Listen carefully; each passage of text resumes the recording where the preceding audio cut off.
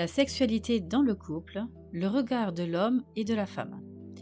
Bonjour à tous et bienvenue dans ce nouvel épisode de Thérapie de couple.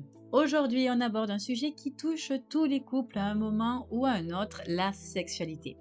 Et plus précisément, la façon dont les hommes et les femmes perçoivent et vivent la sexualité dans leurs relations. Parce que oui, on ne démontre pas notre amour de la même manière et ça peut créer des malentendus, des frustrations, voire des conflits. Alors comment éviter ces pièges? Comment mieux se comprendre? C'est ce qu'on va voir ensemble aujourd'hui. Je vais vous expliquer pourquoi beaucoup de femmes, l'amour se manifeste par des petites attentions du quotidien, alors que pour beaucoup d'hommes, c'est à travers l'intimité physique que l'amour s'exprime. Et surtout, je vais vous donner les clés pour harmoniser ces différences et éviter que la sexualité ne devienne une source de tension dans votre couple. Alors, c'est parti! Commençons par comprendre comment chacun exprime son amour. Parce que c'est là que tout commence. On ne parle pas le même langage et ça peut mener à des incompréhensions. 1. Pour la femme, l'amour se montre par des petites choses du quotidien. Pour beaucoup de femmes, l'amour s'est démontré par des gestes concrets, des attentions, préparer un bon repas, organiser une sortie, envoyer un message doux dans la journée ou simplement prendre soin de la maison. Ces petites attentions sont des preuves d'amour, des façons de dire « je pense à toi, tu comptes pour moi ». Par exemple, une femme peut se sentir aimée quand son partenaire lui prépare un café le matin ou quand il se souvient de ses préférences pour les courses.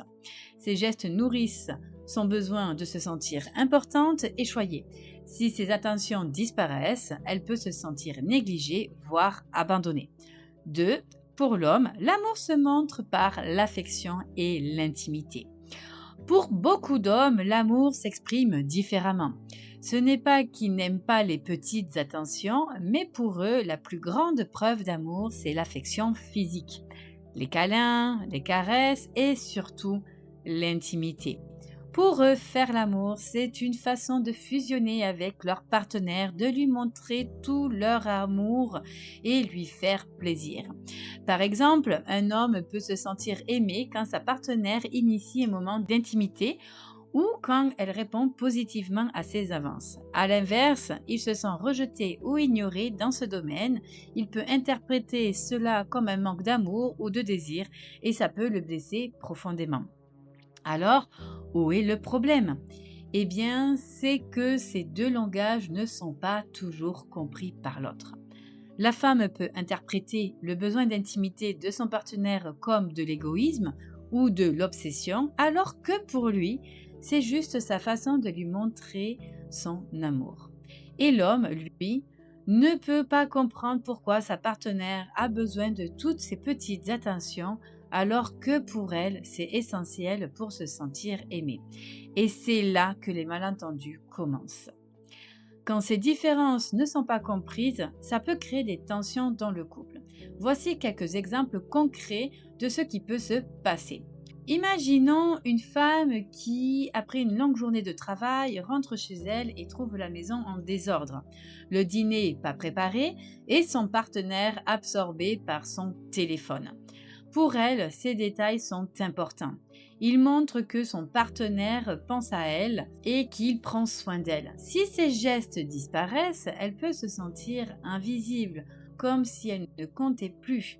Si, en plus, son partenaire ne comprend pas pourquoi elle est frustrée, ça peut créer une distance entre eux. Quand l'homme se sent rejeté, imaginons qu'un homme qui, après une journée stressante, cherche du réconfort dans les bras de sa partenaire. Il a besoin de se sentir désiré, de se connecter à elle au travers de l'intimité. Mais si sa partenaire refuse ses avances ou si elle semble distante pendant ces moments, il peut se sentir rejeté comme si elle ne l'aimait plus. Et si elle ne comprend pas pourquoi il est blessé, ça peut créer une frustration qui s'installe dans leur couple. Quand ces malentendus s'accumulent, ça peut créer un cercle vicieux. La femme se sent négligée parce que son partenaire ne fait plus attention aux détails et l'homme se sent rejeté parce que sa partenaire ne répond plus à ses besoins d'affection et d'intimité. Résultat, la communication se dégrade, les conflits augmentent et la distance s'installe. Et c'est souvent la sexualité qui en pâtit en premier parce que c'est là que les frustrations sont les plus visibles. Alors, comment éviter ça? Comment faire pour que ces différences ne deviennent pas un problème dans votre couple? Voici 3 clés pour mieux comprendre l'autre et éviter que la sexualité ne devienne une source de tension. La première étape, c'est de communiquer. Mais attention, pas n'importe comment. Il ne s'agit pas de reproche à l'autre ce qu'il ou elle ne fait pas, mais plutôt d'exprimer vos besoins de manière claire et bienveillante. Par exemple, au lieu de dire tu ne me touches jamais, essayez j'ai besoin de me sentir proche de toi. Est-ce qu'on pourrait prévoir un moment rien qu'à nous ce week-end? Ou encore, au lieu de dire tu ne fais plus attention à moi, essayez, j'aimerais qu'on prenne plus de temps pour les petites attentions comme avant, ça me ferait vraiment plaisir. L'idée, c'est d'exprimer ce que vous ressentez et ce dont vous avez besoin, sans accuser l'autre. Parce que quand on se sent écouté et compris, on est plus enclin à faire des efforts pour l'autre. La deuxième clé, c'est de trouver un équilibre entre les petites attentions du quotidien et l'intimité, parce que les deux sont importants. Par exemple, si vous êtes un homme, essayez de faire attention aux petits détails qui comptent pour votre partenaire. Un petit mot doux, un café préparé le matin, ou une sortie organisée spécialement pour elle. Ces gestes montreront à votre partenaire que vous pensez à elle et ça nourrira son besoin de se sentir aimé. Si vous êtes une femme, essayez de répondre positivement aux avances de votre partenaire, même si vous n'avez toujours pas envie. Parce que pour lui, c'est une façon de se sentir désiré et aimé. Si vous n'êtes pas d'humeur, proposez une alternative. Pas ce soir chérie, mais demain, je te promets qu'on prendra du temps, rien que pour nous. L'idée, c'est de montrer à l'autre que vous faites des efforts pour répondre à ses besoins tout en exprimant les vôtres. Comme ça, personne ne se sent négligé ou rejeté.